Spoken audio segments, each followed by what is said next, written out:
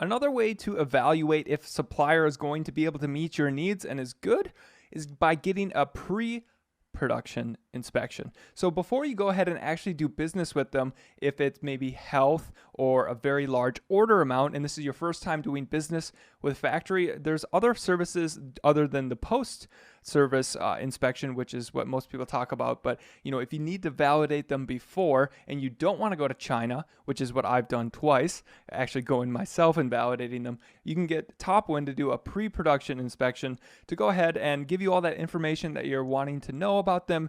Go evaluate that factory and see pictures of it and what it's like. So definitely something to take into account if you're dealing with a big important order and it's your first time with a factory. A couple of other types of inspections that you can get done. You can get a pre-production inspection like we just talked about, where they're essentially, just vetting that supplier for you. Then also you can get at the beginning of production. So let's say you want to make sure that, hey, the first couple units are made, actually go get it inspected then. Maybe you're on a tight deadline and you can't deal with the end and then having to redo it all, then that's an option that they can do also. And then they can do it throughout the entire thing.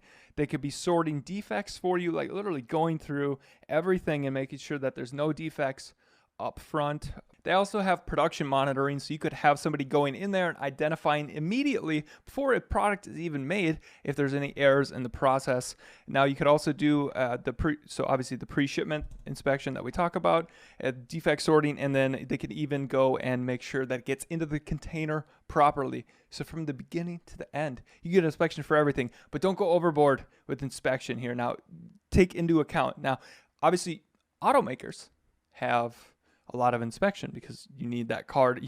You don't want to just have a bunch of defects with a car. But if you're building a silicone spoon, how much inspection do you really need? They also have lab testing, which is one thing that I forgot to mention. So you got to look at the risk and the reward of how many things could go wrong here.